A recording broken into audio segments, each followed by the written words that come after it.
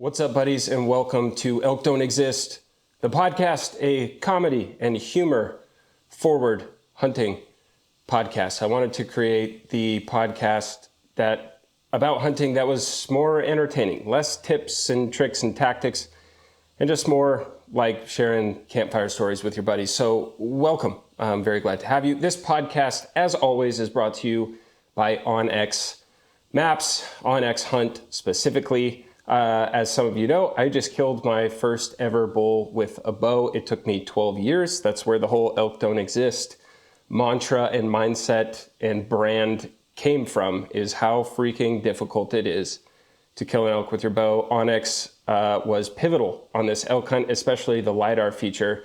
If I heard bugles in the morning or glassed elk, depending on time of day, I was able to open my maps and get a really good estimate to where those elk were either going or coming from based on LiDAR. It's like your topo map with infinitely more detail. You can see little benches where they might be bedding and this, that, and the other thing. OnX rules, I don't have to tell you twice. Sign up, get Elite, you get all 50 states, you get amazing gear deals. Big shout out to OnX for making this podcast possible. We're also brought to you by Tricer. Tricer makes lightweight glassing systems, bipods. I have their new bipod right here. And I have had this in my hands since the first prototype back in early March. And I don't know what else to say about it. It's 15 ounces. You get a set of long legs, which go from 8 inches to 30 inches. So you're completely covered prone to sitting, kneeling. One throw lever for your cant and 360 degrees of panning. You get a Picatinny quick release plate as well as an Arca quick release plate out of the box. Rubber feet, set of short legs, metal claw feet. It's infinitely adjustable. It covers dang near every shooting position except for standing. I love this thing. And you can use code dillonsucks, my favorite code ever, or EDE, that's Elk Don't Exist, phonetically. Is that how you say that? EDE10 saves you money and supports the channel on one of these. My camera and everything else is set up on Tricer tripods. When you have something that makes glassing more fun, when you have a tool that makes glassing more doable, you find more animals, and if you're not me, you kill more animals. So huge shout out to Tricer. They were my first ever sponsor. I'm ride or die for those guys. That's code dillonsucks or EDE10, saves you 10% off your order.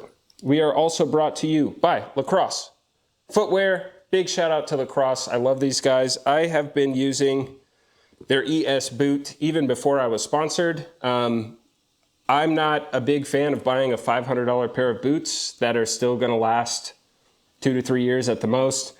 I've always been buy a $200, $250 boot, lasts you 2 years, and I just consider it an extra hunting expense. This is the ES, extremely lightweight. This is the boot I wore all 2024 season, well over 100 miles on these things, and they're still going strong. Waterproofing is great. They're very comfortable. No boot fits everyone's foot the same, so please get out to your local sporting goods store. Almost dropped it on my face there. Get out to your local sporting goods store, try these on. If they work for you, man, these things are unreal. Huge shout out to Lacrosse for sponsoring the channel. All right, we'll do one more ad and then we'll get into this podcast. We are brought to you by 2O. Everyone out there is making amazing Western hunt apparel. 2O is a newer company, but they've been in the apparel game for over 100 years. And this is their foray into Western hunting apparel. And a little over 2 years ago, they reached out and said, hey, do you want to wear our stuff? And I said, I have to absolutely love it because I'm, wearing $18,000 in Kuiu right now. And if it's not better or equivalent to my Kuiu, it makes no sense for me to wear this. They sent me a bunch of stuff, and man, I've been loving it. It sits at a price point just under the big dogs, and I've been really impressed. And I don't get paid a dime from 2O, just so you guys know. I just really like it. It fits my brand better, being able to provide weekend warriors and blue-collar everyday guys a Western hunting apparel system that isn't going to completely drain their bank account. It's still very quality and still expensive, but not quite at that upper echelon price point. And I've had people from other clothing companies put this merino on that I'm holding now, and they say, man, if I didn't have to wear our stuff, I would be wearing this. This is my favorite merino I've ever worn. And this is their new Kinetic Merino 150 hoodie. It's super lightweight, but gives you a hoodie for those early mornings. You need a little extra heat. This came in clutch on my elk hunt. I was wearing a 150 base layer, and then when it was really cold in the mornings, I'd put this 150 hoodie on top of that, shed it once I get up to the mountain where I want to start glassing or whatever, and it's the softest, best merino I've ever put on. I don't know how they did it, but it's phenomenal. Dillon Sucks code at 20gear.com saves you like 25%. So on already gear that's already an approachable price point, you can save 20 or 25% with Dillon Sucks. If you're looking for a terrific layering system for Western hunting, give 20 a shot. You won't be disappointed.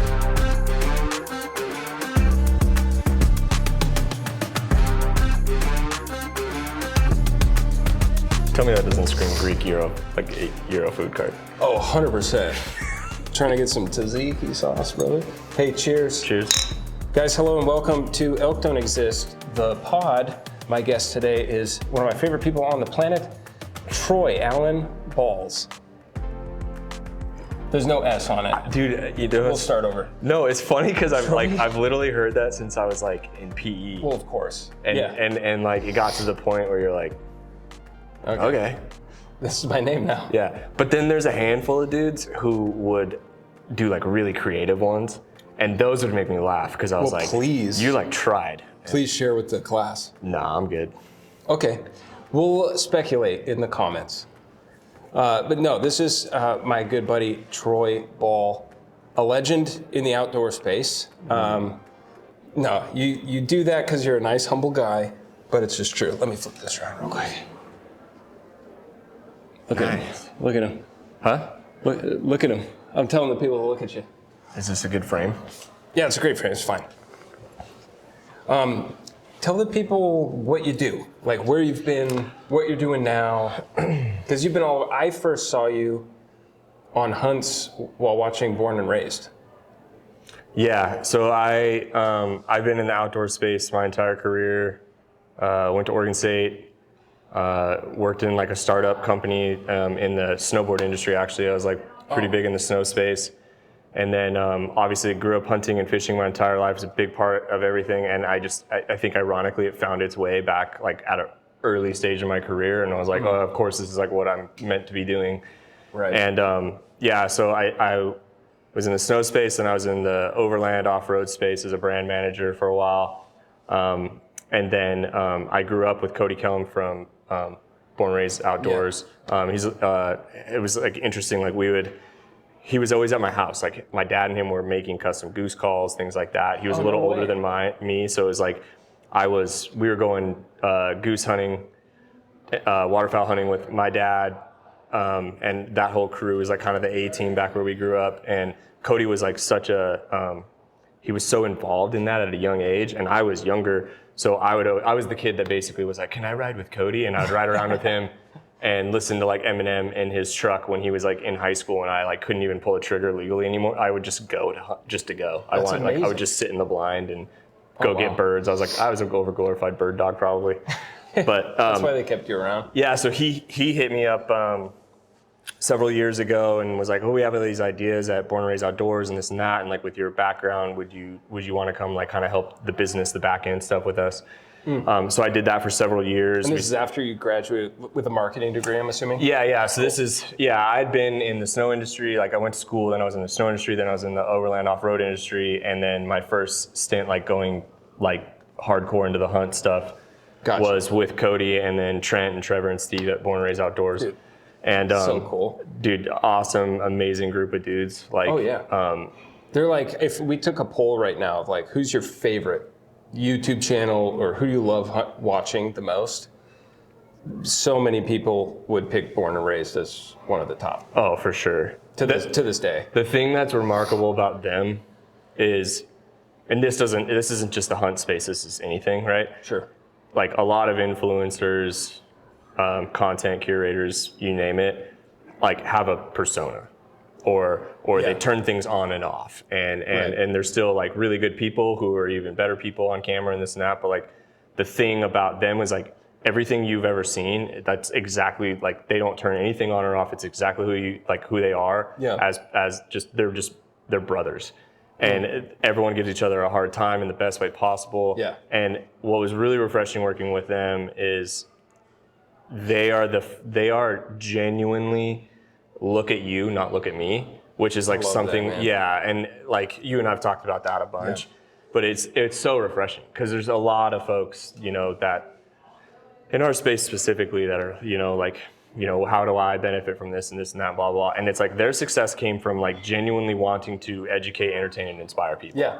And they lived and breathed that and still do to this day. So it's just really cool to have gotten in there. Like at that time, like I'd still done like a lot of hunting my entire life. My father had me in the woods since I was able to walk. And, everyone thinks, like, oh yeah, like I've got this figured out and this and that. I learned an insane amount about like woodsmanship and the outdoors and just everything with those guys, and genuinely like owe them so much of like my career, like not success, right, but just like my career to them and everything, and it was amazing. And then after a while, I got the opportunity to direct the brand at Lacrosse Footwear, and so I was running the marketing efforts there. And they're a sponsor of mine now, thanks to you. Yeah. Which that story is really cool too, of how that came to be. Yeah, what was it? I remember like a lot of it, but yeah, dude, this was and not to derail like your biography here, but so we met. I knew who you were, and I was doing my first ever TAC event. I was working with 2O. Another one of the channel sponsors, shout out to 2O Gear. And they sent me to my first TAC event, Total Archery Challenge. And at this time, I think I had like 4,000 followers, one other sponsor, I think at the time, and just like really felt so out of place.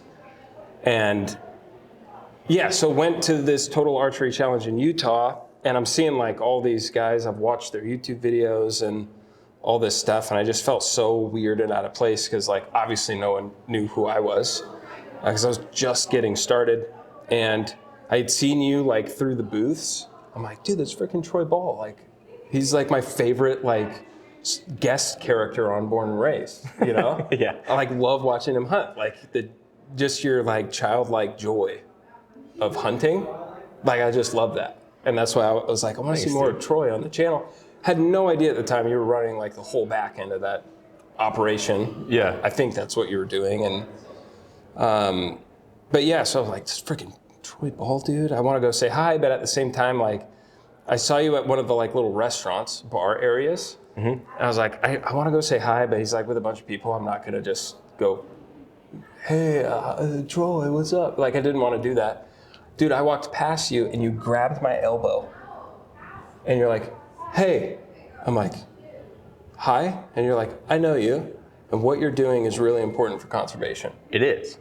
But dude, that was like literally like a milestone for me of like, dude, this guy sees what I'm trying to do, Because yes, it's like fun and silly and make fun of yourself and self-deprecating humor, but it's like I want people to have a less intimidating gateway into hunting, Yeah.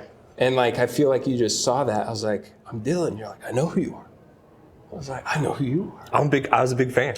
Dude, but that was what, like I had like 5 videos that got some views, but that like meant so much to me. And then we like small talked and whatever, and then you came over to the flat we were staying in. Mm-hmm. Flat. Sorry, I Airbnb. lived in Spain for a while. Yeah, it's a So flat we call it flats sometimes. hostel. Dude, I just acted like a white girl who travels and then like adopts the culture after 2 weeks. Yeah. So annoying. You come home with an accent and everyone's Yeah. like super confused. Oh, they call it paella. Yeah. I'm So cultured. sorry about that, dude. But you stayed at our, me and my buddy's like apartment with your other friend. What was his name? I was at that time, I was with Clay, my buddy Clay, who also worked at Lacrosse. Great guy. Yeah. Awesome, dude. Yeah, you guys just came over and hung out and like just dropped knowledge on me and my friend Kelby, who's also new to the hunting industry and trying to find his way. And we were just like They just killed the soaking moose. up all this knowledge, dude. They didn't Colby they just called in like a moose. No, Kelby. Kelby, sorry. He's a big whitetail guy. I apologize. Sorry, Kelby. D1 wrestler with the ears. Yeah.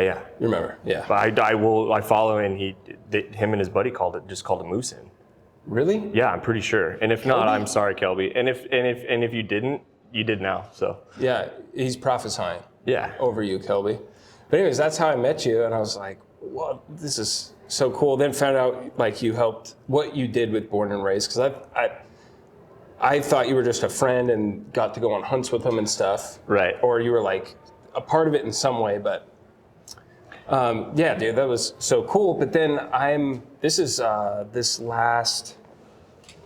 this year, like in February, I'm up on a mountain shed hunting, and I'm feeling really discouraged about my brand. And like, dude, what am I doing? Like, I'm an idiot. Like, I'm watching all these other people use AI and just rip content off and get on Steve Rinella's podcast, like, and just explode to hundreds of thousands of followers. I'm like, Yeah. Is I what keep I'm waiting doing- for is Joe this- Rogan to call me and Yeah. give me my moment, you know? not like that, but it's like, I feel like I'm pretty funny and I'm trying to be as original as possible. I don't hop on trends for the most part. I don't rip people's stuff off. I don't use AI. And I'm watching all these guys, like, should I do like the easy route and just become a Right. hack? No, I don't want to do that. But just really struggling of like, and I was praying like, God, I don't know how this is going to work. This is what I want to do.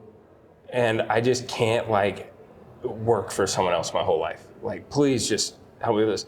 Like 5 minutes after that, I found my first elk antler ever, which was so cool. And then I just sat under the stars. It was dark at this time. My wife and kids were gone, so I had all the time in the world, you know. House to myself when I got home, and I was just sitting out there like enjoying that little moment. And then I hike out, and I'm driving home, and I pull off on this one corner where I have cell service. It's one little corner to call my wife and say, I just found my first elk antler, like amazing. And you called and offered me a sponsorship from Lacrosse. 1000%. Like, how cool is that? Where I was like, how is this gonna work out, whatever? And Like I was that. like, hey, dude. And there was like glasses clinking around. I think you were at a bar or something, or a party, like something. Or like you were somewhere and it was loud. You're like, hey, blah, blah, blah. And I've got a contract for you from Lacrosse. We love what you do and we're gonna like support you. I was like, for it to come at that time was so cool. I was at the Gaylord in Nashville for NWTF. Dude, I was there a couple months after that. Yep. It's a cool place. But I had we were working through just classic company stuff, budgets and everything, and I was just like, I am gonna carve out some money for this dude because I genuinely believe that what you're doing is refreshing, one, Thanks, and man. two, like breaking down the barrier of entry to something that like we need more people more than ever to do is huge. Yeah. And there's just this massive misconception of like, I don't want people like hunting my spots, and this is all competitive, and it's me versus every other hunter, and it's just like, yeah, and then we just cannibalize our own industry. It's ridiculous. 100%. And you're doing the opposite of that, and I very much appreciate that, and everyone at Lacrosse really appreciates that, and it was just like a no-brainer. It's like, we gotta support Dillon and help him achieve what he needs to, help him gain even a bigger reach than he has now, and like just grow, like the tide raises all ships. Yeah. And like the hunt space needs that really bad. Yeah. So it was a no-brainer, it was easy. Thank you so much, man. Yeah, cheers. Like, I appreciate it. From the moment I met you and you just like speaking that into my life, it was like, okay, this is really cool. You can do it. And then to like, you know, provide a little bit of cash and like so many pairs of boots that I love. Like I had been wearing those boots like the whole year previous and freaking loved them. I told everyone about them. So it was like so easy for me now to recommend the boots that I'm wearing. 90, for the most part, until I went full time, like weekend guy, like Friday, Saturday, I'm hunting and that's my time. Yeah. But to be able to then like, yes, this company pays me a little bit and they sent me this pair of boots, but I've been wearing these. Like, I love these boots. If they weren't paying me, I'd be buying these boots. Yeah. So big shout out to Lacrosse, man. But Sweet. yeah, it's just so cool how that all worked out. And where we're at now, funny enough, I'm in Spokane, Washington on like a family reunion thing with my wife's family that we do every year. And Troy texts me and says, hey, I'm coming through Montana. Like, are you around? I'm like, no, I'll be in Spokane. And you're like, well, I'll be driving through Spokane. Mm-hmm. So we're at the Davenport Hotel right now, and we couldn't find a place to do the podcast. So we corner crossed. We corner crossed. We corner crossed into this giant ballroom. There's like a big ballroom behind the camera. It's like, it looks like beautiful. It's out of Cinderella or like, some sort of Disney movie. Yeah, it's beautiful. And it's largely thanks to this person. This is Janice Holmes. Janice Elizabeth Holmes. Who's an influencer. It says her influence on the restored beauty of this ballroom is incalculable. So we felt like this was a fitting portrait to sit in front of. But and there's a nice velvet rope to stop you from touching it. I know, isn't that so nice? Should we steal this like Declaration of Independence? What's that Nick Cage movie? National Treasure? National Treasure. We're gonna national treasure this painting. They'll catch me in my room. Just snuggling it, yeah, rolled up. Beautiful. Yeah, man. So yeah, you worked with Born and Raised, and pretty recently you moved on from that. Yeah, and I'm sure that was like a brutally tough decision. It was really hard. And what made it doable, honestly, like I genuinely loved every single person that I worked with at Lacrosse and loved the consumer. Like the core consumer of that brand is like Midwestern, Southern guys. How did you go from Born and Raised to Lacrosse? So a good buddy of mine, Troy Hellman, who's the brand manager of SIG Sour Optics. Yep. He was there previous and got the calling to, the next stage in his career kind of a thing. And he called me. We go way back, he was at Benchmade, and Born and Raised was sponsored by Benchmade at that time. Yep. And we all worked together, and we basically, long story short, he called me and was like, I'm gonna take this opportunity, and like I don't see a better fit in existence than like you in this brand. And that's genuinely what it was. So I met Lori, the VP, and we talked, and she lives in Sun River, like as well as I do, in Oregon, and everyone just hit it off, and I was like, yeah, like I think this is an amazing thing. What happened then after a few years of that was going back to that story with like Troy Hellman and me, and Born and Raised Outdoors and Benchmade and all that. Well, everyone worked with an agency called The Program. Okay. And Lotus, one of the co-founders, and I have known each other for over a decade, and did like the Yours for Life campaign at Benchmade, all those different things. Yeah, so like we all like worked together and like had been friends this whole time.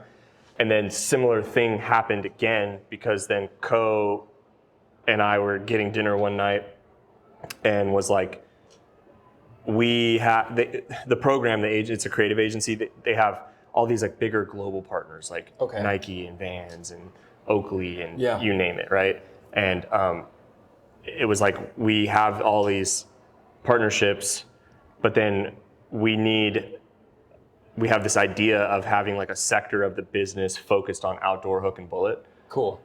Which was everyone's passion, right? It was like, we want to have like a passion division inside of this like broader agency. Right. And we talked about it, and it made a lot of sense for me and my family. Like I was like, this is an opportunity for me to direct a department with a bunch of really talented creatives, writers, designers, art directors, you name it, right? And help not just one brand, but be able to continue to work with Lacrosse because we were working with the agency. Right, they're a client. Right, now. continue to work with this brand I love so much and the consumer that I care about, but also to be able to work with other brands in my space and that tide raises all ships comment, right? Like really be able to work with other people that I've known for a long time, help them get through any struggles they may have, you know, and really elevate the space. So like what you, this isn't like some pat on the back thing, but it was like, to me, it seemed like an opportunity to where I could take like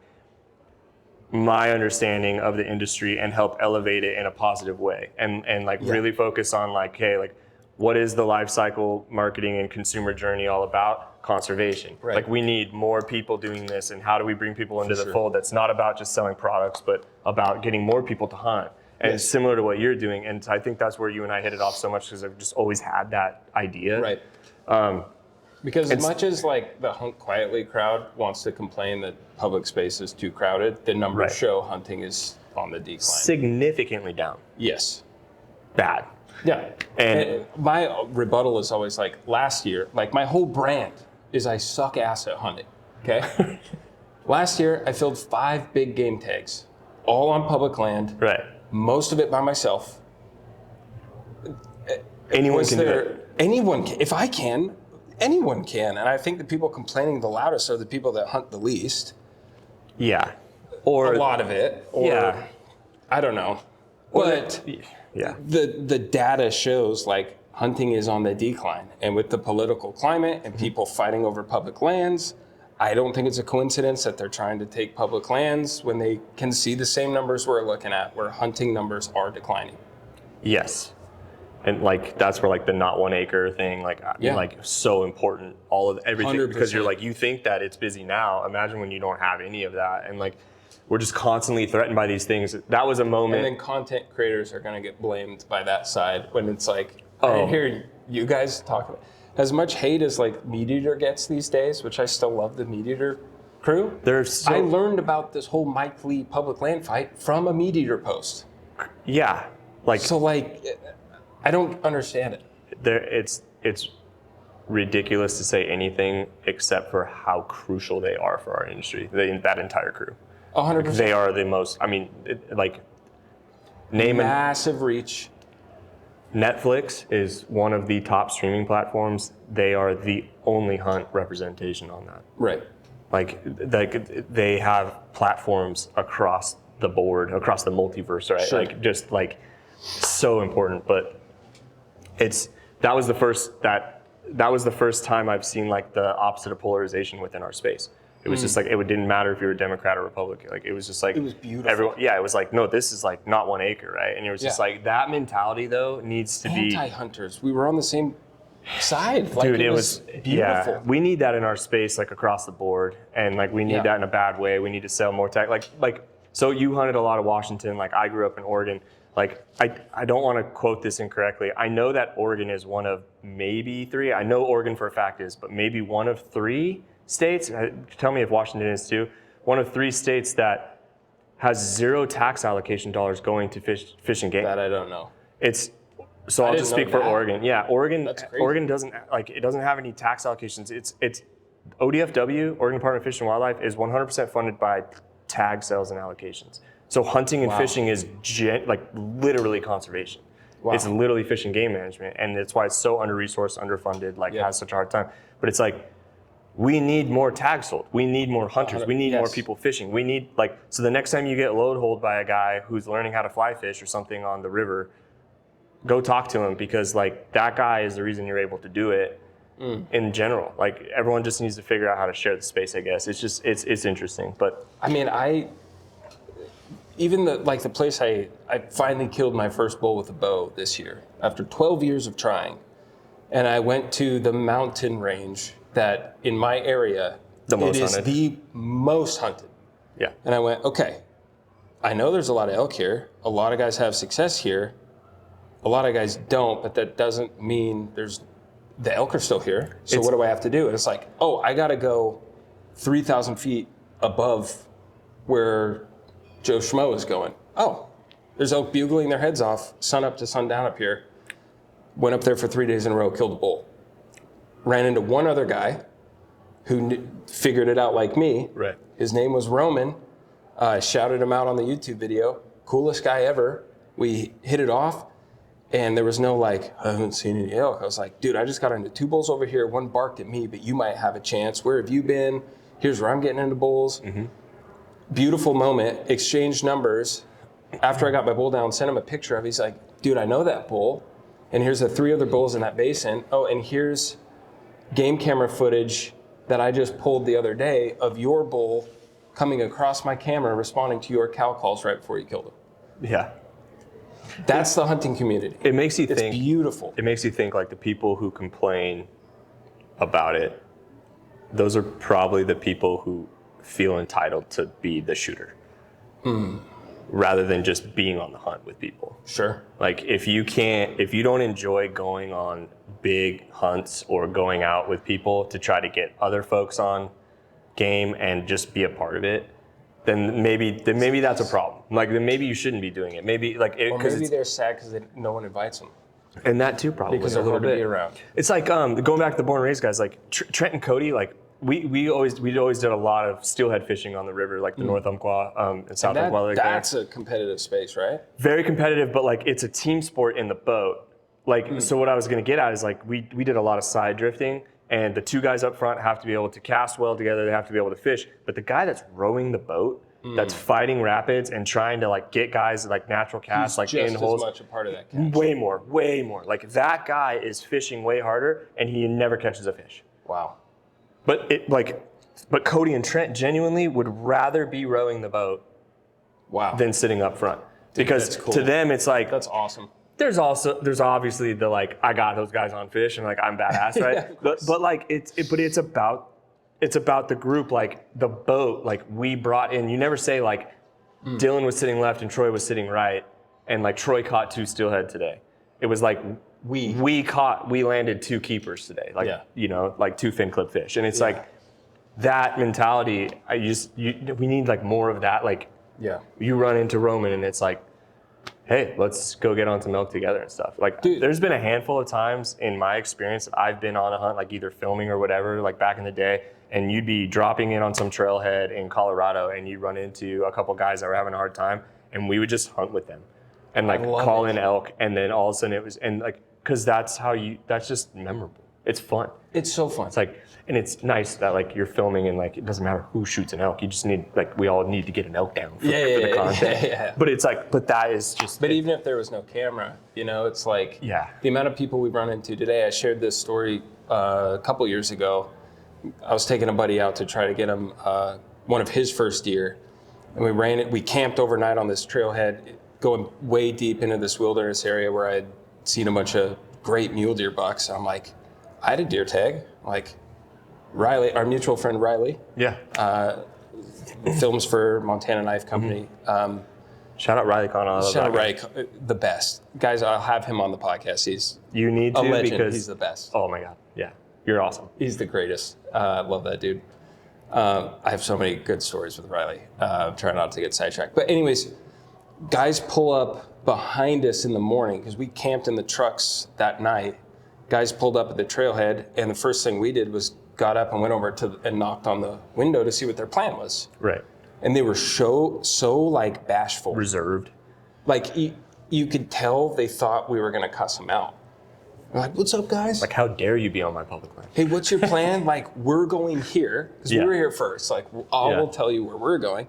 Oh, great. Well, we're planning to go this way. I'm like, well, guys, get ready. Let's hike up together. Like, good luck. If we hear you shoot, we'll come help you. And are you after mule deer, elk? Because I know what the elk do a little bit here.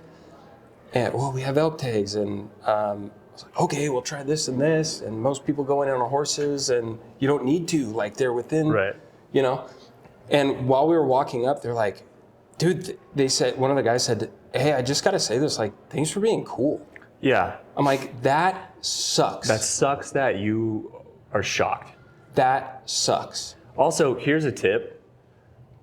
The more helpful and the more you talk and hang out and help people and even maybe collab and like hunt with them, usually the more you learn about Yes. the area rather than avoiding each other, and like, because everyone knows something. Yeah. And the more you learn, the more successful you probably are. Like, Definitely. Like help, like we're all brothers and sisters in this stuff. Like We have to be. That's the thing. Help each other. Yes. And you're never gonna feel bad that you helped someone get on that animal and maybe you didn't. Like, you're gonna only feel, it's gonna be contagious and addicting that you like helped somebody else. It's my favorite. Oh,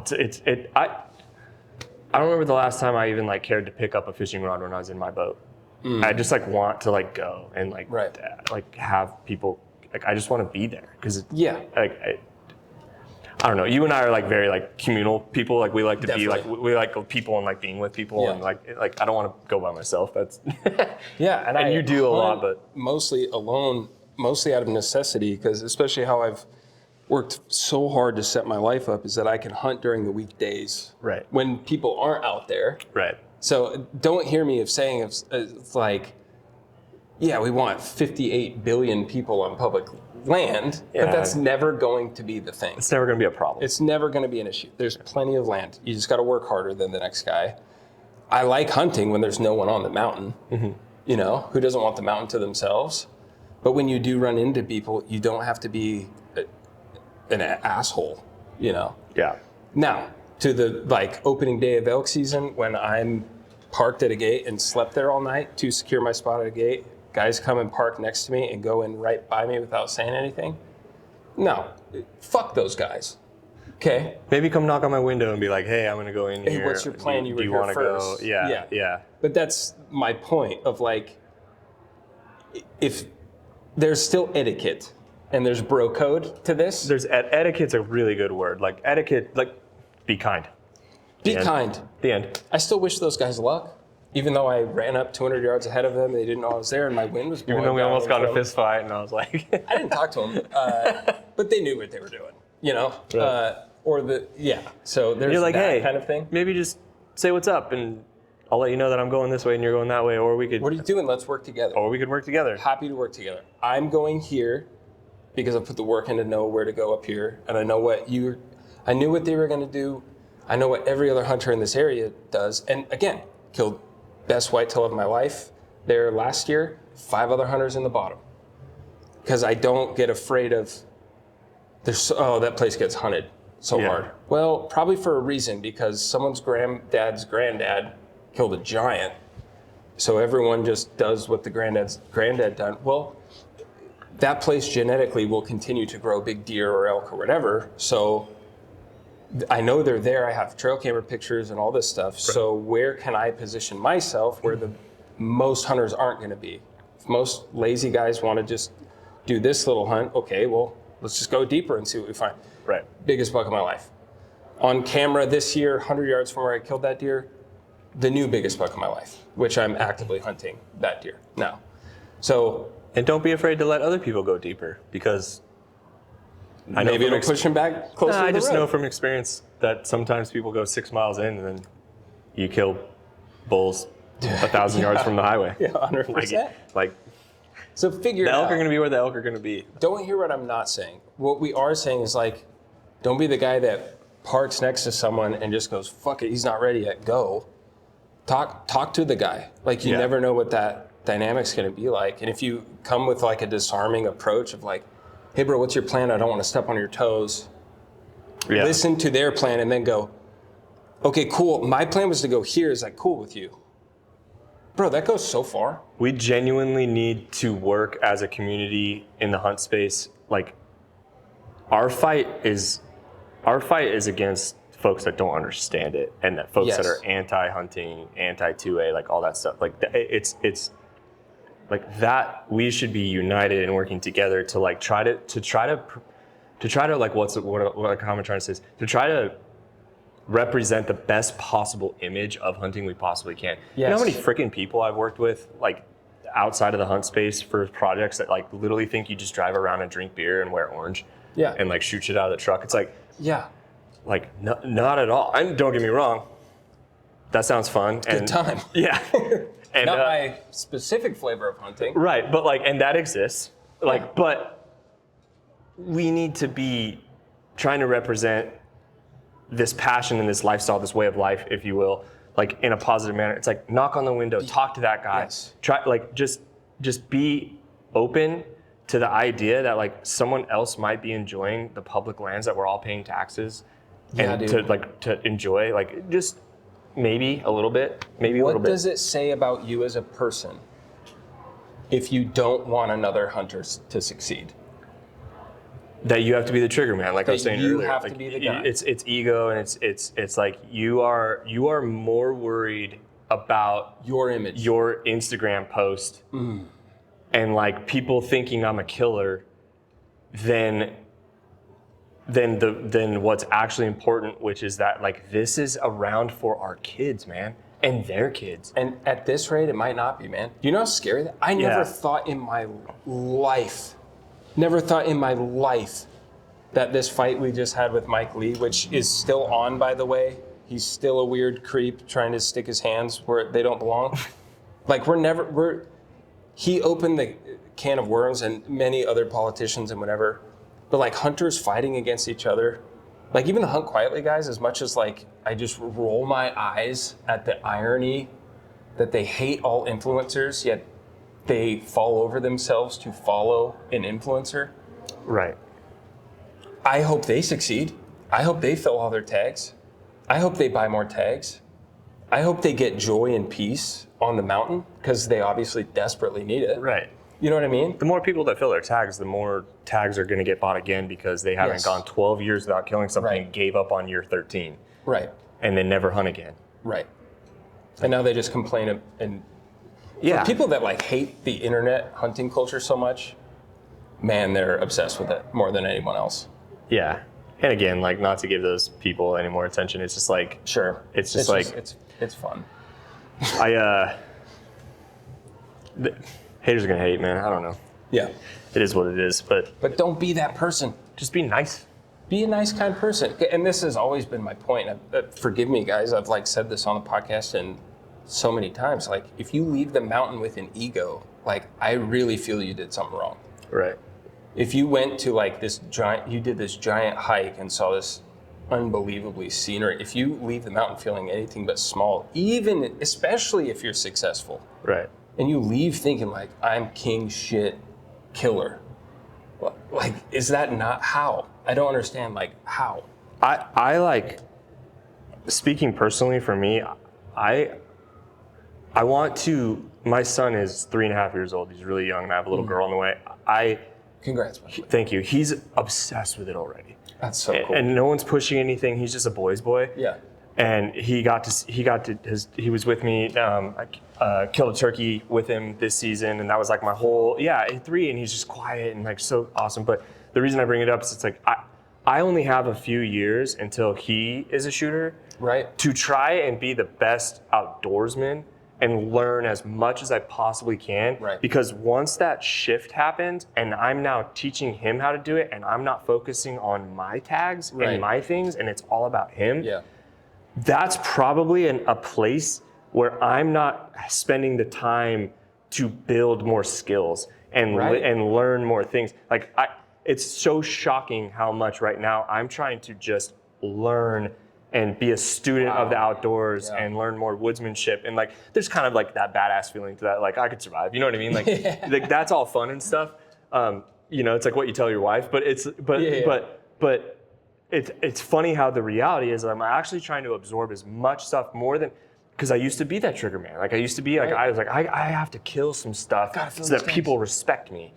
My dad's generation, our dad's generation, like the boomers didn't have that. Right. It was the opposite. Like, because they didn't have social media and they didn't have this like self-fulfilling prophecy that was so necessary to post something and do this and that. Like they just did it because they loved it. Right. And it was really, the industry was strong at that time. Will Primos, Mossy Oak, the Hayes family, like all of this stuff, like watching the Truth series and Real Tree road trips and made me fall in love with it. Like when it was on cable, like it was strong because there was a handful of people who were influencers, but it was TV, that was it. Yeah. And my father hunted to hunt. Yeah. And loved it and wanted to be there for the, like you think that he was bumping onto a guy on the trailhead and being like, oh, and they were competing over it? No. No, because I watched my dad interact with countless people at the trailhead. It was like, oh, another hunter. Yeah, what's up, dude?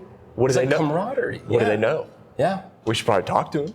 Yeah. I mean, it's like, they're still like that. Like, we'll go fish on the ocean and stuff, and everyone pulls their binos up, and they're looking at the next boat to see, like, what they're using and this and that. And then you know that they're going to go by and be like, hey, how's it going? You have any luck? Any luck? Any bites? It's like, our generation's not like that. It's super weird. Like, we're very individualized. And so like, true. It's like, I wonder, catch myself. Do you think that that's a phase? Do you think that will come and go like trends? So there's the reason I asked that, that's a great question. There's a book, and this, I'm so bad at names and remembering stuff like this, but there's a quote from a businessman, and it was like, my grandfather drove a Ford so that my dad could drive a Lincoln so that I could drive a Ferrari. And my son will probably drive a Lincoln, and his son will probably drive a Ford. Wow. And I wonder, do you think? I think like so, man. Success builds enablement.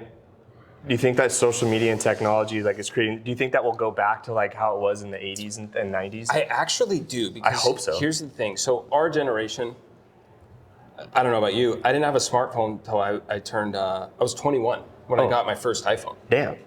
How old are you? I'm 35. I'm 35 as well. I got the original iPhone my freshman year of college, so I was 19. Okay, so that's when they came out. Yeah. But even then, I just didn't want one, didn't need one. Right. Or couldn't get one. I was on Plus, my own. I hadn't beaten Snake yet, and I'm like, yeah, dude. I'm like, I'm not getting rid of my Nokia. No way. I still had a high score to beat. But I didn't have a smartphone for a long time, and like our generation, like the internet was like a 30-minute ordeal just to get online. Yeah. With modem. This is the first time I think I've ever felt actually old. It was hard to sneak on the internet as a kid. Yeah, dude. Podcast for another time. Yeah. Got him finally. That dial-up screeches late at night, dude. Damn it, Troy. Joe, just shut the fuck up. No, but like the internet was a luxury, and it wasn't good. It was very slow. Remember when like pages loaded like good chunk. It's the first time that you could talk to your friends from school at home. Yeah, but it took call them, dude. It takes 30 minutes to just get online to like, what's up? Or sup, brah? Sup, bro? You know, sup. Remember when that was a thing? But anyways, so here's my prediction. So we were like the guinea pigs, and we're just now learning, you know, half our life later, like, oh, the internet is fucking poison for you. Yeah. Or can be. Great tool, you know, great uses, but we're all like the rise of anxiety and all this stuff. Dopamine addiction. And P.S. Go outside. That's what I'm saying. Go for a hike. It's like, that's usually, any grumpy hunter on the internet, I'm like, bro, put your phone down and go hunt. Go hunt. Go scout, because it's really hard to be unhappy. It's really hard. Yeah. But so now my kids, they've known what the internet is since day one. Mm-hmm. And I think I equate it to smokers. Because even in the 90s, like my grandpa owned a restaurant, there was still a smoking section for like 5 years, and then that smoking section went away. And now everyone's like, you smoke? Like still? Hate to say this. So cool. Don't smoke, it's horrible for you. Dude, but it's cool. It objectively is so cool. Shout out to all the kids watching this podcast. Dude, I'm messing around. Sorry, Lacrosse. It's fun. But okay, I'm losing the plot here. I have ADHD, so I think that like our kids, and especially their kids, they'll realize from the jump, like we know, like, dude, smoking like is a one-way ticket to death, like 100%, as cool as it might be. I think they'll start to see the internet like that, because we're just now learning it, and we're also addicted. We can't stop. AI. I think that's what people AI is going to kill everything. Well, everyone's going to be like, this is dumb. But I think that's the anti-gateway drug from the internet, where like people like there's going to be this sea of sameness, and people are going to like crave authenticity. And so hopefully there'll be like this trend off of that. The church world, we always care like about the next generation, and any church that isn't like investing into the next generation, not just going like they're so out of touch, they're so ungodly, that No, that's the future. Like, pay attention. Gen Z, Gen Alpha crave authenticity. And I see everything like through that lens, like of Jesus and church life, of like, what do you need? Like, what do you want? And without a doubt, it's like, we don't want smoke and lights and all this other stuff that millennials love. Like, what is truth, dude? Because it's getting harder and harder to find. And it gives me great hope. Right. That this next generation, I think, really they will crave being outside, but that is only going to happen if we can show them. Right. And teach them. I have no clue if my kids want to hunt. What I do know is that they love to hang out with dad. Yeah, and I like to hunt. I like to hunt. So we might be sitting in the blind. Right now, my kids want to go hunting with me because they want to hang out with you. If we get a kill together, we get slushies. That's the only reason they go. And they will put up with cold and boring and quiet, which they got don't that end goal that they're... And I'm good with that, dude. Yeah. Because even I tell my oldest son all the time, who's like shooting guns now, and he does not like shooting guns. It scares the piss out of him. Which, when I was learning to shoot a gun, scared the piss out of me too. Like, I was my same height, 5'11" and 5'10" and 3/4. I'm so sorry, 6'2", and shooting. And I'm a scrawny, lanky dude now. I'm about 168 pounds right now. I lost a little bit of weight this elk season. It happens. But I was 5'10" and 3/4 as a 12-year-old, and I weighed 105 pounds. Like, I look skinny now. We were both bean poles. I was bean poles. What happened? Huh? Sorry. This probably. This is a comedy podcast. Yeah. You live in Bend, Oregon, with like some of the best breweries on the planet right now. It's like just part of life there. Like Yeah. you just like, you go like, oh man, like, yeah. Anyways, do your kids? Sorry about that joke. No, not at all. But like, when I was shooting a 30-06 as a 105 pound. Are your kids scared of it now? Like, I guess my question is like, are they shooting right now? I just took my son, and like, here's the thing. My dad bought me a 30-06 for my 11th birthday. My brother twin brother got an electric guitar. I wanted a drum set. And I was so sad, dude, that I did not get a drum set. So your dad just was like, you're going to be the hunter? No, I think it was just like, I don't know. I see something in you, son. I think he didn't want to listen to fucking drums in the house. That too. Which is fair. Which he let me have drums, and God bless him for allowing that. But I'm a world-class drummer, by the way. You are. Many people know that. If you Google Dillon Deitz, there's way more under oath album covers than there are hunting picks. Probably at this point. We're working on that. Yeah, hair down past your shoulders. Yeah, he got me a 30-06 as a 105-pound 11-year-old. And in the photo, that's and it's just a plastic butt on the back of the stock, so it just kicks the crap out of you. Yeah, a rubber pad about that big. Yeah, and it's not rubber; it's made out of like pleather. Yeah, pleather. Yeah, it's three pieces of sticky felt. Yeah, it's just all recoil. Like, me shooting that gun, I was horrified of it, dude. Yeah, 30-06 to this day kicks hard. You know, and I was just tearing up, and my dad's like, "Shoot it again," and not like my dad was like a hard ass or anything, but I do that to contrast. Like, I was forced to get over that fear, but I still flinched, like you would not believe, for forever. I'm still working hard to get over that. My dad did a trick, maybe to work for your kids, and maybe it's hard nosed. I don't know today's world, but my dad used to do this trick with me. We'd go shoot off a bench or prone or something. Yeah. And he would, every single shot, I would take a shot, and then my dad would take the rifle and he'd turn around. And you don't know if there's a live one. And then he'd give it back to me. Dude, that's horrifying. And I'd sit there and I'd take the safety off and I'd squeeze the trigger. And if I flinched and that gun didn't go off, we were done. Oh, you just, all right, get back in the truck. No, like, okay, we'll try again tomorrow. And it was like, you get over that anticipation thing really quick because all you want to do is impress your dad. You know what I mean? And like, you want to hunt and you want to this and that. And it's like, hey man, it's going to be your first deer season, But he was just such a good mentor. I thought that was like to hunt. I wanted. Well, I don't know if my 4-year-old will do whatever I ask him. Yeah, I don't know if my 9-year-old wants to hunt. I was wound up like a bird dog in the mornings before I could even like actually shoot. Like I would get up and make our sandwiches, and like I would sit at the table and shake and like feel like I was gonna throw up to go like waterfowl hunt when I was like 9 years old. We couldn't. In Oregon you have to be 12 That's a long time. Yeah, you have to be 12 to actually like be a tag holder and shoot. But I was just like, I loved just going. And I think I genuinely can't say whether it was hunting or just that like my dad and I were really close and I just wanted to be with him and wanted to do something with him. And I really don't think it matters. I just like, regardless, it was just in me and I was like really, really, really into that and it just would get like sick to my stomach. I was so excited to go do that stuff. But then the gun thing, that was I feel like that's like there's like spanking parents and not spanking parents. And it's like, I felt like that was somewhere in the middle of just like really good mentorship. Dude, that's it was just like, excellent. It was like, hey man, you're not ready. You're not ready.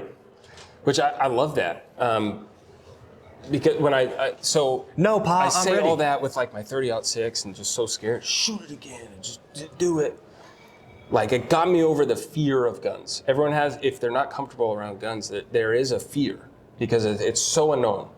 That anticipation when you're telling, like my 9-year-old, I built this 22 arc that's heavy. It does not recoil at all. Right. There's a suppressor on it. My dad didn't go through all that to make sure I learned a good trigger squeeze. It's like, shoot this gun, dude. Yeah. Get over it fast. And I flinched for a long time. Not 100% his fault. I'm kind of a pussy. Working on it. It just hurts. Dude, like, it was the loud. It was the, oh, what's going to happen? This is so foreign to me. Yeah. That thing. So for my son, like, got them both BB guns. They love those BB guns. Yeah, there's no consequence. Yeah. Jesus, it's so fun. Look what I can do. But that 22 arc, I'm like, this is a perfect gun to learn because this will kill a deer all day long. Right. There's a video on YouTube of a guy killing an Alaskan moose with a 22 arc. Don't recommend it, but I recommend it. Do it. Yeah, who cares? Right between the eyes. Okay. If Hunt Quietly people are listening, he's joking. Sorry, another dig at him. I thought that was funny.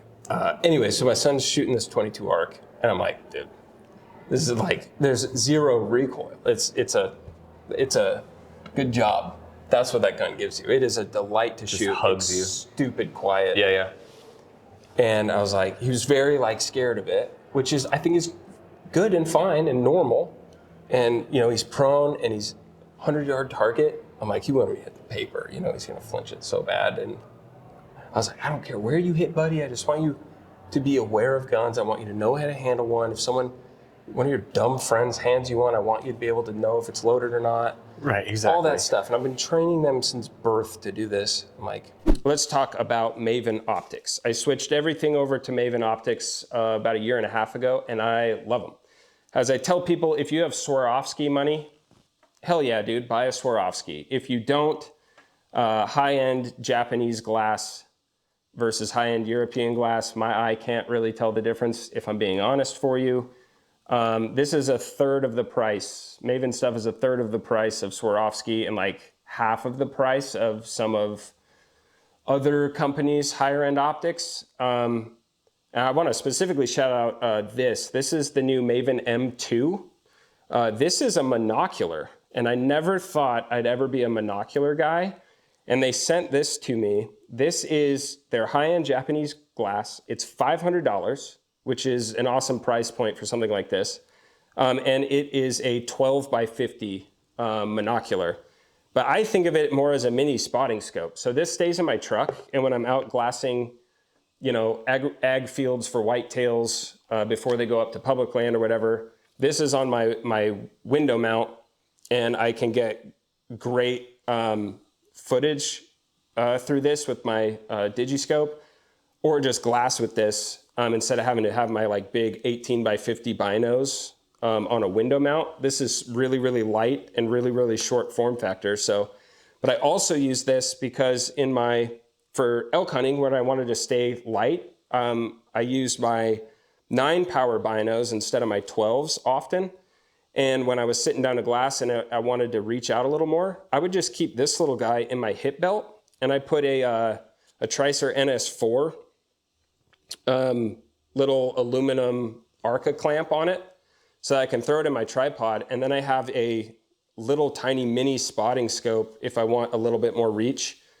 And it weighs like nothing, especially compared to carrying a big spotting scope or another pair of high power binoculars. I could just keep this in my hip belt, take it out, plant it on my Tricer tripod, and this thing worked out great. But the rifle scopes are amazing. I shoot the RS 3.2, and yeah, for the money, they're a direct-to-consumer company with still a world-class warranty.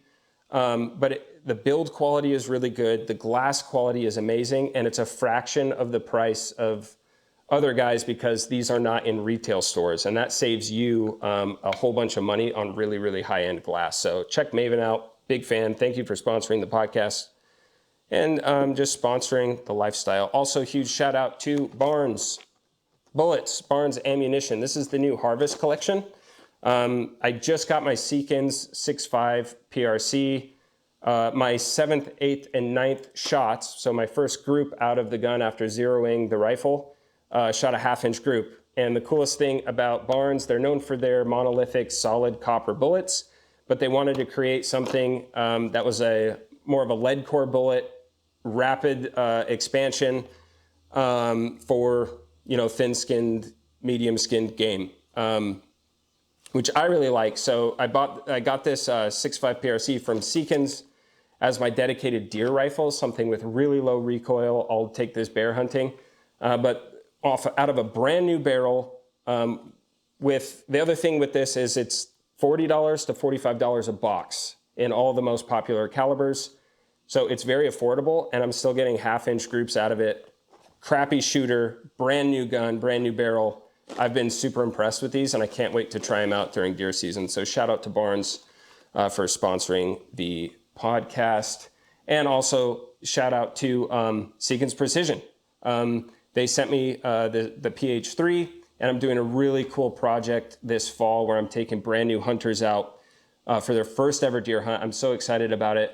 I pitched that idea to Seekins kind of on a whim. It was a 5-minute phone call, and they said, hell yeah, we'll send you 3 brand new rifles for these 3 hunters you're going to take out. They've been amazing to work with. Shout out to Maddie from Seekins and Sarah from Seekins. But yeah, just got the new Seekins PH3. It has a 60-degree bolt throw. It's a $1,900 gun, and I'm convinced for that price point, this is far and away the best off-the-shelf rifle that money can buy. It has a complete M-LOK forend, so any kind of attachment you want to put, Picatinny Arca, it's all M-LOK on the forend, 60-degree bolt throw. The Picatinny rail for your scope rings is built right into the action, so you don't have to worry about a pick rail coming loose over time. The bolt just wants to close. It's like spring-loaded, so as you shut it, it just wants to close. You can run that bolt super hard, super fast. I got it in a 20-inch barrel, and so impressed. 1/2-inch gun before even breaking it in, before trying other ammo. I'm just through the moon. If you're saving up for a rifle and you got $2,000, man, you'd be hard pressed to beat Seekins, I think. Their reputation is glowing. Their customer service is world class, and they don't have an accuracy guarantee. They have a satisfaction guarantee, which I really love. So if 1/2 inch is not satisfactory to you, you can send it back and they're going to take care of you. They're going to figure out if the gun has a problem or not, which you just never hear of Seekins rifles coming back anyways. They are world class. They're the real deal. Check them out. Put a Maven scope on top of it. You'll be very, very happy. Also, shout out to Shoot Banish. Banish suppressors. They sent me the Banish 30 V2 for this deer rifle build. And it's lighter than the V1. It's somehow quieter than the V1. If you've never shot with a suppressor, don't buy anything else until you put a suppressor on your gun. It makes it more or less hearing safe, just you don't get that concussive blast. For me, a guy that struggled with a flinch for many, many years, it helps me make better shots because I'm not anticipating that loud concussive blast. And it takes away 30, 40% of recoil. So enhanced shootability, the quietness. I mean, everyone's going towards suppressors. Don't wait. If you go through Silencer Central right now, they're covering your tax stamp too. There's never been a better time Don't buy 3 new hunting jackets. Save your money and get a suppressor and thank me later. So huge shout out to those guys. I think that's everyone. And of course, elkdon'texist.com. I wore the black on black Elk Don't Exist hat, and I'm convinced it's lucky. I was wearing that this entire season, and I will never be hunting without it again. Remind yourself to take yourself less seriously, have more fun. It's a great conversation starter, and it supports me a ton. That's how I make the majority of my money, is through elkdon'texist.com. My profit margins are extremely small while still being able to offer very quality pieces of gear. This is not a get-rich-quick scheme for me. This is more of a way to build brand awareness, to invite others to join this club of mediocre hunters that just want to have more fun and learn how to be more successful. So elkdon'texist.com. And you can tell he's just really, really anxious. And he's squeezing the trigger, doing everything I asked of him. Drills the bullseye of this target at 100 yards. Mike, dude, yes. Like, that is amazing. Like, good job. You did everything I asked. Perfect. You didn't slam the trigger. I watched you. You were just squeezing it till you did everything I asked. Yep. And he looks up at me and he's bawling his eyes out. Just the positive affirmation, or he was scared? No, it scared the shit out of him. Oh, really? He had ear pro, suppressor, everything. You're like, okay, let's back her off then, because... So we waited, and I told him, I was like, did it hurt you? Like, I was worried, like, did it bite you? And I was like, there's no way. Like, right. This thing does not recoil. And, calmed him down. And what we worked out is, like, it was the anticipation that scared me the most. And I was like, let's calm down. I was making light of it. I was like, let me tell you about my first time shooting a gun. Right. Dude, I cried too. Like, it was so scary. And got him calmed down and just then went through, like, the facts. Did it hurt you? No. Did it kick you hard? No, it was like nothing. Okay, so what scared you? Was it the noise? No, it was pretty quiet. Okay, it was the unknown that scared you the most. And then tried to get him to shoot again, and he was so shook up. I was like, we're not ready yet. We're going to try again. Yeah. Another time. Can't push him. No. Because the last thing I want to do is have him hate the outdoors. No, you want him to come ask you, can we go try to ass. shoot again? And you're like, yes. You ready, grasshopper, Yeah. But all that to say, I don't know if my kids will, like, love hunting like I do. And I don't need them to. But I sure would love to make sure that if they ever decide, like, man, Dad loved hunting so much, and I liked who he was better when he came home, I think I want to get into this now. Mm-hmm. And I want to make sure that opportunity is there for him at any time. 100%. Yeah. That's huge. And for the first time in, like, our lifetimes, like, the thought of, like, this is not a guarantee, man. And maybe that's naive of me for just now realizing it, but it's like, oh, if we don't come together and we're just pointing fingers, like, as much as I love to make fun of crossbow guys, I have nothing against crossbow guys. I just like making jokes. It's funny. But, like, how campy everyone gets from camo choices to caliber choices, it's like, right. I really believe when people say, why the hell would you buy a 7 PRC when the 270 is killed? Everyone knows the term, shoot what makes you happy. That applies to weapons as well, in my opinion. Shoot what makes you happy, dude. If you like the new calibers, shoot the new. I don't give. That's like the semi-serious part about, like, our joke like 30 seconds ago. It's like, dude, honestly, like, if you put it in their heart, they're gonna die. Yeah.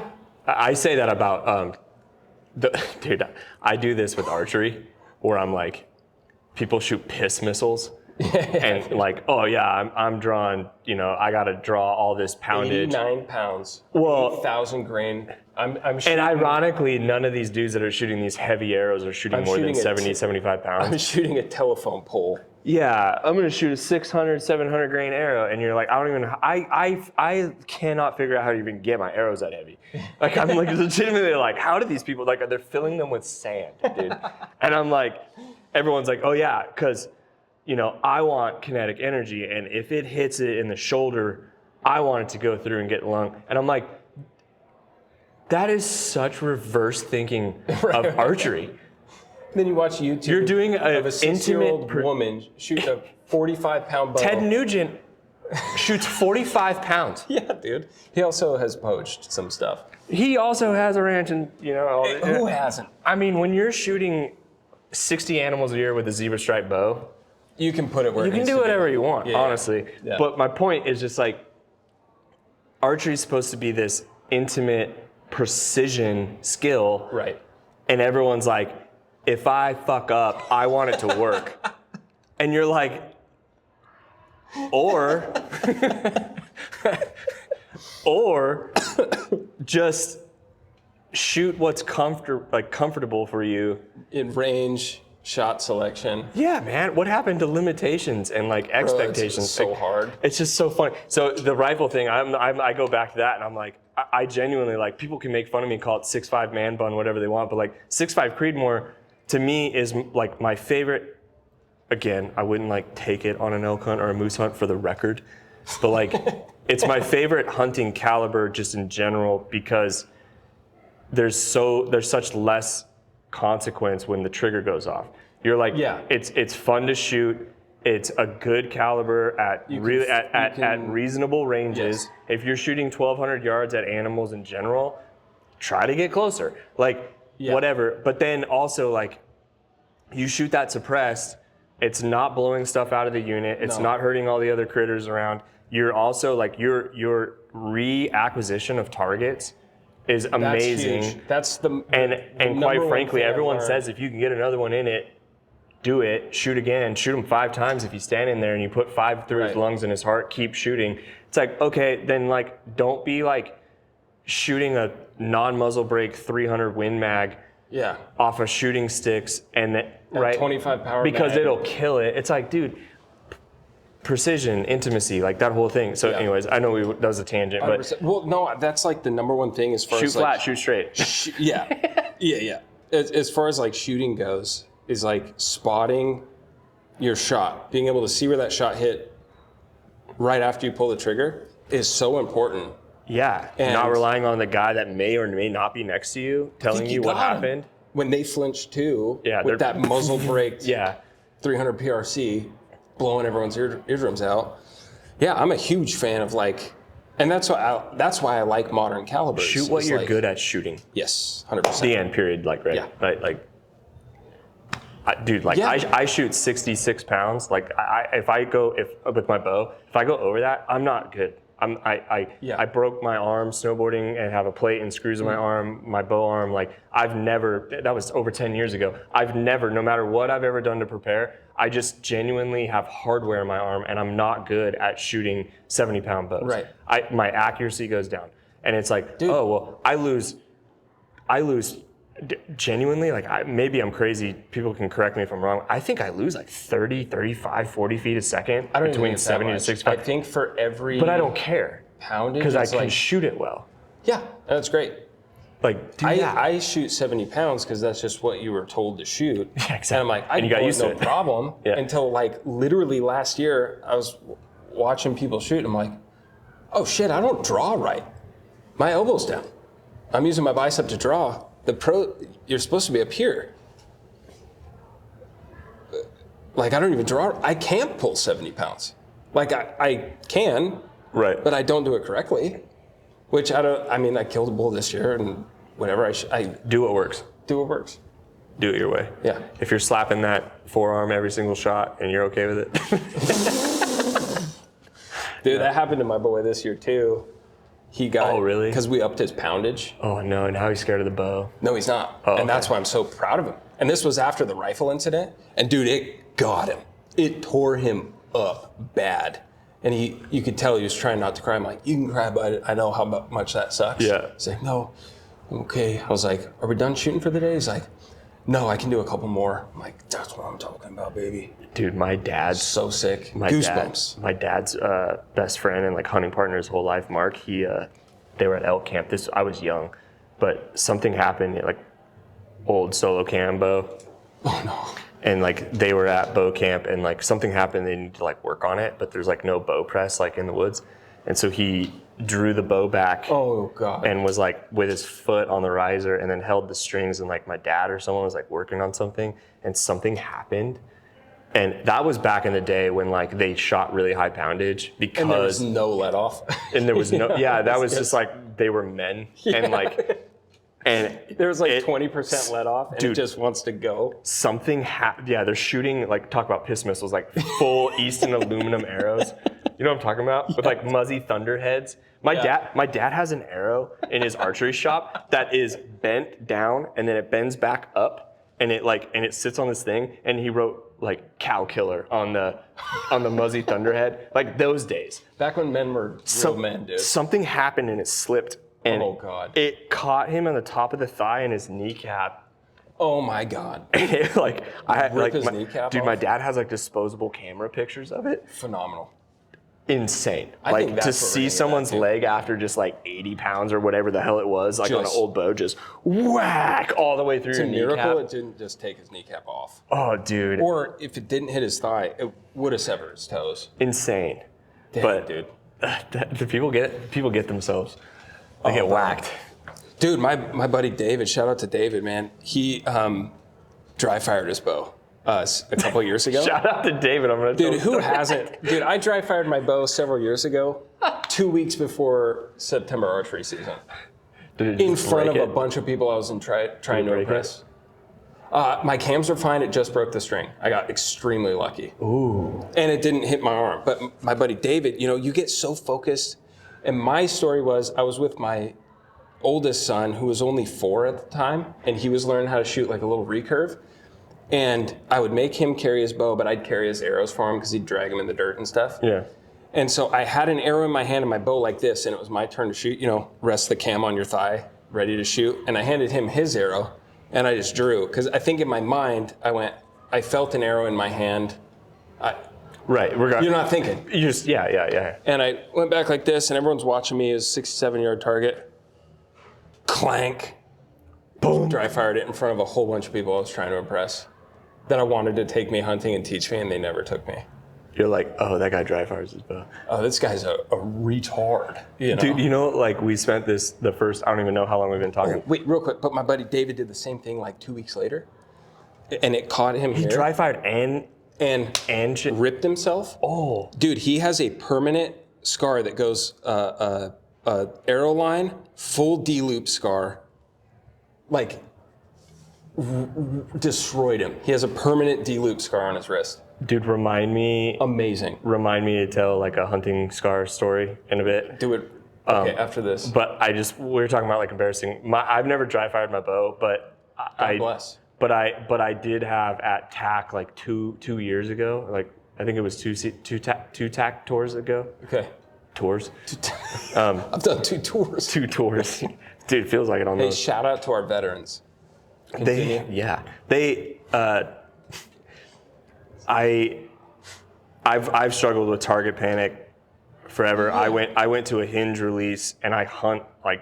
You hunt with a hinge? Yeah, Trail Kaiser from Go Hunt told me he was like hunt with it. Bro, I don't even think Trail hunts with a hinge anymore. I think he may not, but he did, and just to get because over that he was going panic? through. I believe he was going through a similar thing. He told me, he gave me the confidence to do it. He was like, go on an elk hunt with it and use it through an elk hunt, and then come back to me.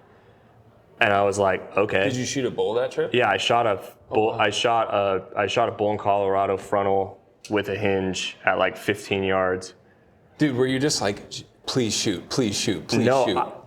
So obviously, not to get sidetracked from the story, but like a hinge to me, just it is the perfect distraction. It has me focused back here than anything out here. It helps. It helps me with buck fever. It helps me with like my target panic with my sight. It helps me like everything up here doesn't matter. That's all fundamental. I've done that at home so many times, right? We've all practiced like all that's normal, leveling your bubble, all that stuff. Yeah. But I'm focused back here, and I feel like my hunting experiences have elevated, and I've had more success by doing it.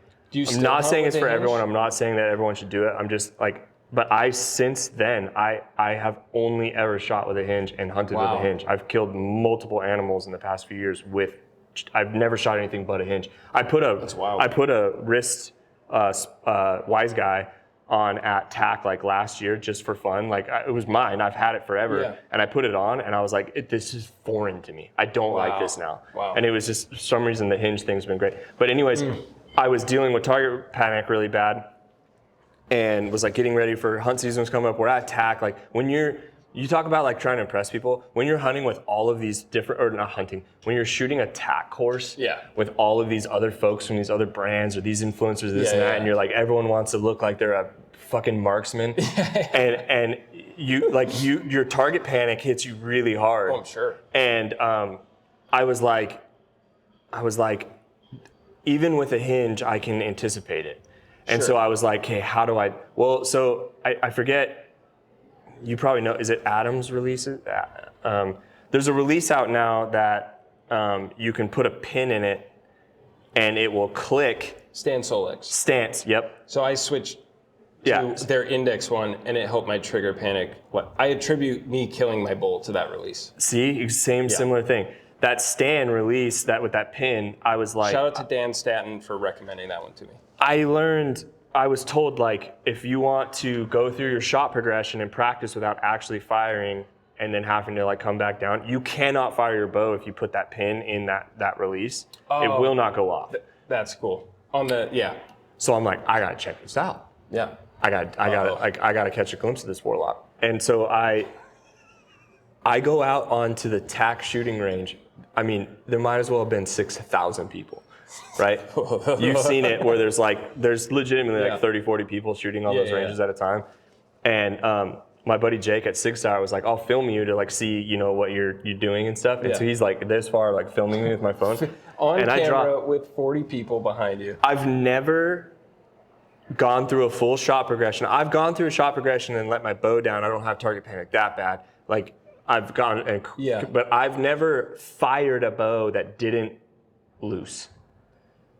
And so I drew, and I looked, I literally have it on my phone. I was like, what's the worst that could happen? And I draw my bow back, and I go through everything, and I go back, and I go through my tilt, and it clicks, and everything in my body broke down. Like, legitimately, like. What does that mean? Meaning like expected the arrow to loose and follow through. So you just went, oh. It clicked, and I like flinched. And it came forward, like through my let off. Realize the pin was in there? No, I did. I did. Like it's embarrassing. I legitimately, like, something in my brain, even though I knew it wasn't gonna go off, something in my brain told my entire body that the bow went off. Oh my, that's crazy. And I broke the shot. For the podcast, the shot broke clean. Hold on. For the podcast, can I please have that video clip? Yes. Yes! I'll give Here it is. Hold on. Here it is right now. Yeah. I'm so excited. I broke the shot broke so clean, man. and all you see, it was in slow-mo, bro. All you see is like me kind of break down, and then it come through and then just rip out of my hands. And it went through my riser, through my rest. With your hands still attached. Oh, this brand new stand release that I don't own. It's from the booth. Goes through my riser, breaks my rest clean off, and goes, and no shit, like 35 yards down range. Like skipped like a rock down the range. And it sounded like a shotgun went off on the range. And I'm standing there looking at Jake like, what could it go wrong? And everyone just sees fire. Like, everyone's like, what just happened? And I'm like, y'all can shoot, and I'm gonna go look for that release. And I had to bring this release back that just went through like a riser and a rest and dirt. And I was so embarrassed. I was like, I don't know what to say or do, but like, this is not brand new anymore. It was like all messed up. And they were shout out to I forget his name, but shout out to the folks at Sand, because they were like, do not worry about it, like, you're good. Okay. But that was my dry fire moment in front of a bunch of people, because I couldn't comprehend the bow not firing when I clicked. That's crazy. And my body was like, it's going, something's going down range. Now, I hate to say this, that's 1,000 times worse than just dry firing your bow. 1,000 times worse. I was like, wow, that was really bad.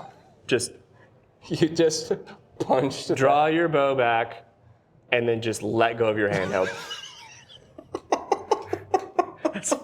The arrow and everything, like, went down there. I can't wait to see the video, dude. My arrow hit the target. That's okay. Awesome. Yeah. Great. Wasn't a 12 ring, but I mean, Hey, In a real world application, it would have worked. Definitely. Yeah, it would have worked. I'm so glad you're going to send me that video.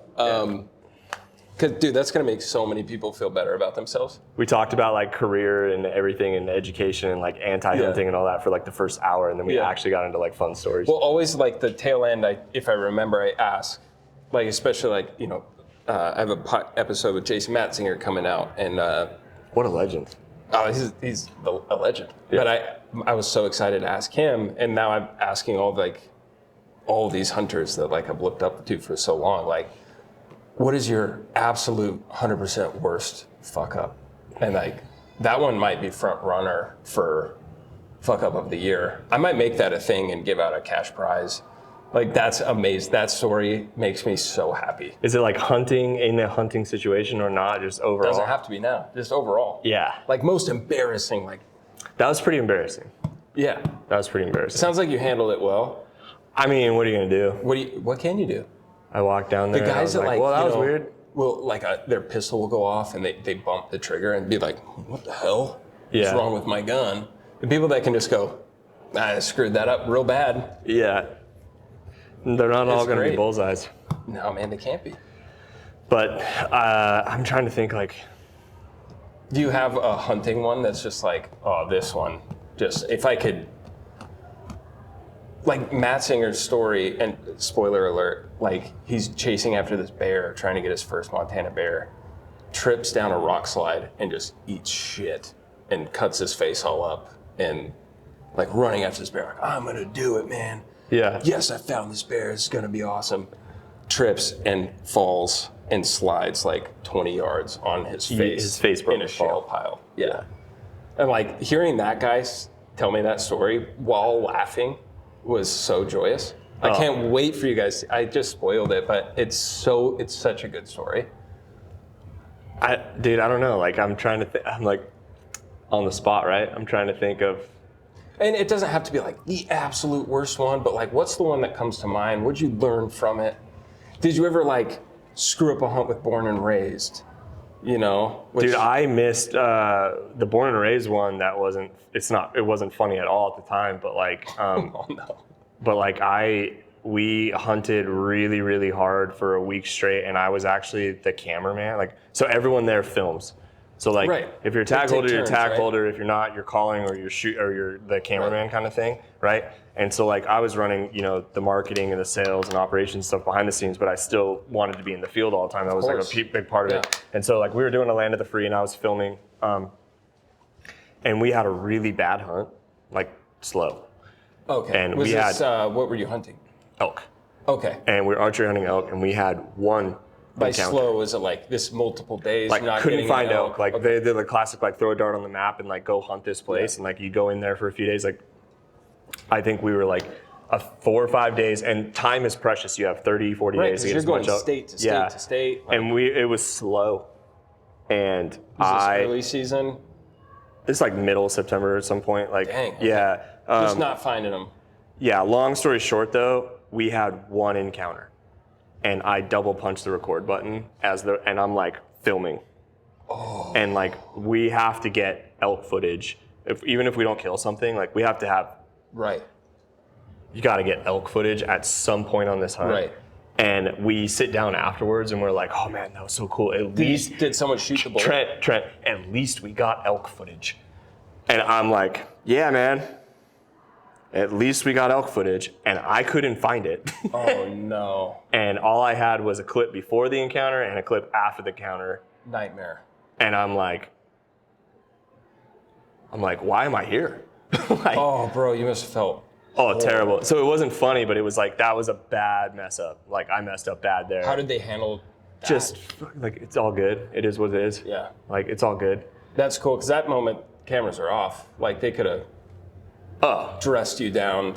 I'm surprised they didn't leave me there. But like, that was a bad mess up then.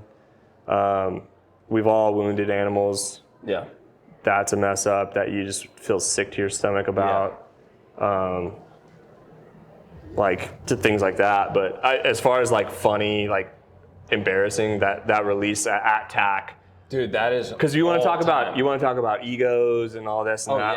Yeah. Like people strut Go around to those TAC events. if you've never been. Go to Western Hunt and Conservation Expo Son. if you want to see. Amazing. It's about dollars and time length there, baby. Oh man. And we tuck our ears and we wear our flat bills and we like. It's crazy how much like ego is around some of that stuff, and that goes into like our conversation earlier. But it's like we've all messed up, and we all will continue to. If you haven't really hunted enough. If you haven't messed up, you're like the luckiest person in the world, like or you haven't done enough. Feeling adrenaline, like, bro, like stuff's gonna happen. I pray it never happens to anybody, but like, dude, it sucks. Like, I have a hunt with Samong Yang that we did last year, and shot at a deer, a nice buck, like 120-inch buck in Eastern Washington. It's like, damn, dude, what did you do? Like, that's awesome. Missed under it, and then like an hour later, the buck I ended up killing came out, and all the time in the world, calm, whatever, pulled the shot off, and I'm expecting Samong to go, dude, he's down. Is that the leg one? Yeah. And he's like, dude, you got him, but you shot him in the back leg. I'm like, no way. I just did that. Never shot a deer in the leg in my life. And more wind than I thought, and all kinds of other stuff. But the reality is, like, kind of in the back of my head, I was like, your heartbeat is going a little too much for you to take this shot. Right. But I was like, I've shot targets out of 500 yards. Yeah. I think no problem with this little dink 4-point. Like, ended up killing that buck, running up after him, and Samong was the GOAT for just being like, dude, I feel horrible for you, but we have a job to finish. Yeah. So now's not the time to Nothing matters right now except for that. Now's not the time to feel sorry for yourself. We didn't see him come out of that bush. We're going to go up there and kill him. And you also go into like killing mode. Like, it feels like every amount of pressure or weirdness or like anxiety like goes out the window after that first. You're like finish the job. Everyone is like 10 times the killer when they're trying to get a follow-up shot on something. We sprinted up that hill, refound him at 80 yards, put another 2 in him. He tanked both of those. Samong throws me his sidearm because I'm out of ammo. Dude, yeah, something. But this little dink 7 PRC from 80 yards, put 2 here. Both the bullets were touching on his out shoulder. He ate them both. I'm still standing there. And my gun is empty. Yeah. And but that's all on footage, unfortunately, for you to watch. But dude, like, but he's like, hey, like, we have to post this. Like, we're about honesty. Like, this is what happened. I'm like, 100%. 100%. Yeah, I hope you do. Post it. My brand's called Elk Don't Exist. I hope you see the tears in my eyes. Like, yeah. And most everyone in those and Samong posts a video, and in a day it gets 50,000 views. You know, so you can imagine what the comments were like. Oh yeah. And I was like, well, I just had to like eat it. But like, those comments make people that want to be honest not want to post that stuff. And I think it's important to show all of it. Like, if you're going to be a content creator, show the mess ups. Like, my favorite thing is like when the guys you think never miss, like, show something like, I think I could have made that shot, you know? It's like, we're all that to say, with adrenaline, I hope it never happens to you. If you're listening to this, chances are it might. Chances are it already has. Unpopular opinion, I hope it does at some point, and you learn from it.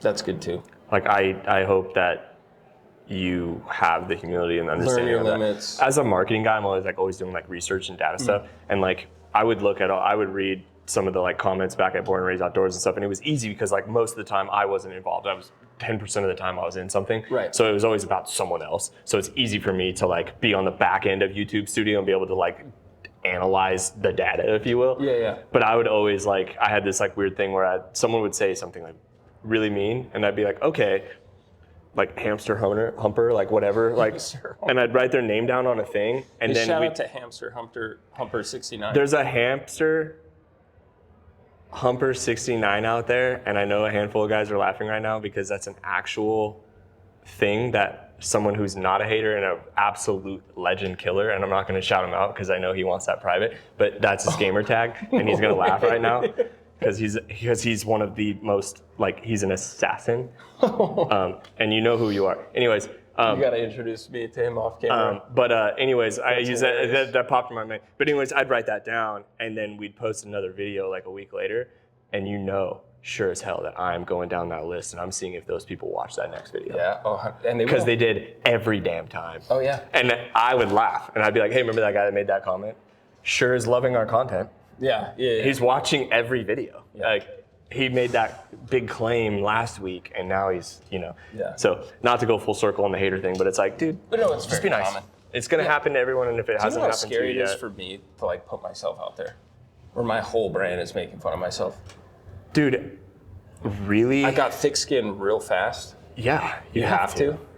But like any one of these guys, whether you love them or hate them, and I won't mention like names, and I can mention a bunch that are mostly hated or mostly loved or whatever, like they went for the damn thing. Yeah. Like, is this not the America that you claim to love? Like, they're doing the thing. Yeah. It takes a lot to put yourself out there, and I don't know. For me, I want new people to get into hunting. And when I say new people, not just the like young kid that's grown up begging for his dad to take him hunting and he's wanted this his whole life. Like, my heart is like the 30-something from a wildly different background, the computer engineer, computer geeks that are like, I would like some better meat for my family. And like, that's the project I'm doing that Lacrosse is one of the sponsors for this fall, taking brand new hunters from wildly different backgrounds out deer hunting for the first time. Just to show like, you can go through hunter safety in pretty much all 50 states. Most states, like all but 2 maybe, right? And in Texas, unless you have most everyone, if you want to, and it doesn't matter your background, you don't have to be a redneck or grow up in the culture, like you can be from anywhere, get a really affordable deer rifle these days that shoots incredibly well, learn how to shoot it, go through hunter safety, and go bring a deer home for your family. Go to hunter that safety. Is so important to me, and what I want, like if I am lucky enough to be in this space long enough to have any kind of legacy, that's what I want the legacy to be. Yeah. Of like showing not just people that have wanted to hunt their whole life, or my dad used to and I always wanted to go. The people that this was not on their radar until a year or 2 ago, I want to show those people like you can do this. Right. And like find some peace. The easiest, I always tell people that like I've had a handful of people over the years that reach out to me about like getting into hunting and they want to go kill like an elk or a deer, and I'm like, hey, the lowest fence, like the lowest barrier to entry is fowl or upland birds. Dude, like grouse hunting? Yeah, go. That's what my boys want to do. Yeah, is go grouse hunting. Go upland bird hunting, like grouse hunting, like where you can go like, or if you go hike around public land enough, you're gonna hear that rough grouse. Like, drive some Forest Service roads, you'll see them. It's also like this weird disassociation with like killing a bird is a lot easier than like killing an ungulate. It's smaller. Yeah, add something, right? cute. Like a chicken, I don't know, like I go to Chick-fil-A enough, so like this is easy. Yeah. It's like, but like going and like getting your first like grouse or waterfowl is a really good one because most people have rivers and can sit and pass shoot things and like, like that type of stuff, and learning how to like catch, cook, clean a bird is a really good way to get into it. 100%. And then you work your way up. I had a buddy. I think we probably all started, like the first hunt I ever did with my dad was a grouse hunt. Was it? Oh yeah. Where I was like, I could legally shoot something. We went deer hunting, I think, but yeah, that's how I got more comfortable shooting, was shooting shotguns. Dad throwing the clay pigeons and then us going out and grouse hunting with dad was so fun because we didn't have to be as quiet. He wasn't as like, guys, you gotta freaking be quiet. There wasn't as much pressure on us as little kids. It was like we could joke and have fun and go try to shoot grouse. It was awesome. I killed a turkey on my 12th birthday. It was the first animal I ever got to shoot. Oh, that's awesome. Because my birthday's April 15th, which is tax day, but it's also opener of turkey in Oregon. Yep. My son, South, was born on my birthday on April 15th. No way. And so we killed a turkey. I shot a turkey with him. Is that the one you were with talking about earlier? Yeah. No. Well, yeah. He on his 3rd birthday, he was with me and my dad, the 3 generations of us, and the 3 of us like hunted and got a bird, and he was like with me. And that's so sweet. Anyways, but that was like my first bird. To go back to your point though, I had a buddy reach out to me. This is like what it's all about. Yeah. Right. He reached out to me and was like, "Hey, my wife and I have been watching these documentaries He's a big foodie, really good cook. Also a scratch golfer, Joe. Oh, shout out to, I would love to play golf with Joe. I'm a 3 handicap, Joe. Really? Yeah. Damn, bro. Probably not anymore. I haven't played much this year, but.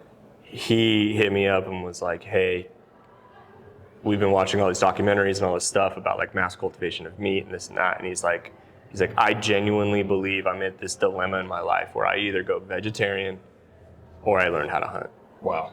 Like, what do you got for me? And I was like, you've come to the right place. Take a seat, buddy. Yeah, you know what I mean? yeah. I'll show you, all 50 states, and that's what it's all about, like getting people into it and this and that. Yes. Something that I realized with you have this extra like exponential weight. Like you started getting super serious about hunting because you were like very music focused, and then you're like, all right, I want to like get really into hunting, and then you went into the influential space like before you really. On accident. But like you're putting yourself out there, and your brand and everything is about like, oh yeah, I suck at this, and you don't. But like, I'm getting better. The point is like teaching people that they don't suck either, right? Yeah. But most guys that take that leap into like the influential space and like putting out content like this, they have gotten really good at it and like have a lot less of those mistakes we keep talking about and those embarrassing moments. And you're like still in that. Yeah, dude. And like, but you're filming it and you're putting it out there for the world. Yeah. And like, that's, dude, like, bravo. Like, thanks, man. It's insane to me. And that was why I was so attracted to like the overall like partnership and working together and like just everything you're doing. Cause I was like, it came to me, I was like, people have a hard time putting themselves out there when they're absolute killers. Yeah.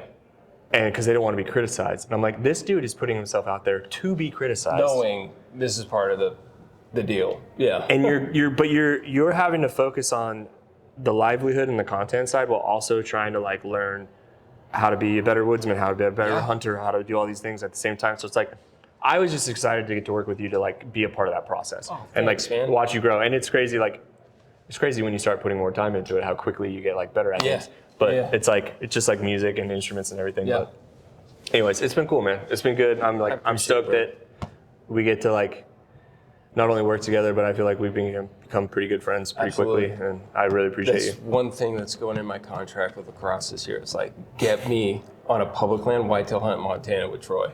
Because it's going to be so fun. It's my favorite thing in the world. I love it. I've noticed you like the rifle whitetail. This is my favorite. Montana, like I like blacktail. Yeah, it's so probably like very blacktail is my number one. Like being growing up in Southern Oregon on the coast, like blacktail is my favorite. Everyone asks like, "What's your favorite?" I'm like blacktail, and they're like, "What?" Blacktail is a dream. So maybe Aaron, if you're listening to this, shout out to my my contact over at Lacrosse, Aaron, who has everyone I've talked to like from Lacrosse. When I say like Troy's my homie, tell him I love him. That's what I would say. Tell Troy I love him. They have just glowing things to say about you. Oh man, that's cool. And everyone that I know in the space that knows you says the same thing, man. Oh, like, cool. I appreciate that. Troy's that behind the scenes guy that is just so solid, and it's an honor to know you, man. And thank you. I appreciate you taking the time. Likewise. I got to get back to my my in-laws, and we need to get out of here before we get kicked out. Everybody love everybody. Yes. Hunters, be kind to each other. We're on the same team, guys. ELE. And I hope I run into you out there in the woods sometime. And just don't park behind me and walk past me without talking to me. Yeah, and hit me up if you have any questions or you want to hang out. Yeah, dude. Always. Give me a hug, buddy. Love you. Appreciate you, brother. Love you too. Thank you so much. Dude, thank you. Appreciate it. Thanks for the invite. Are you kidding me?